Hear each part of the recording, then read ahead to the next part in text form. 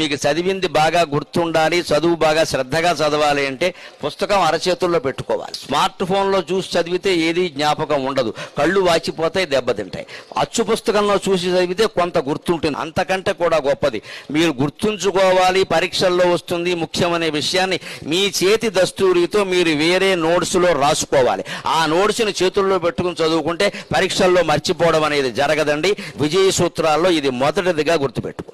ఊరికి all in one అనడం, ఓ పుస్తకం కొనియడం, అందులో మళ్ళీ మాస్టర్ దగ్గరికి వెళ్ళి అందులో ఇంపార్టెంట్ అనడం, మళ్ళీ ఇంపార్టెంట్ కూడా చెప్పి వెరీ వెరీ వెరీ ఇంక వీరికి అర్థం లేదు. ఇంకా ఈవేళ మాస్టర్ అంటే పాఠాలు చెప్పేవాడు కాదు, కర్మగారు ఇంపార్టెంట్ చెప్పేవాడు అయ్యాడు.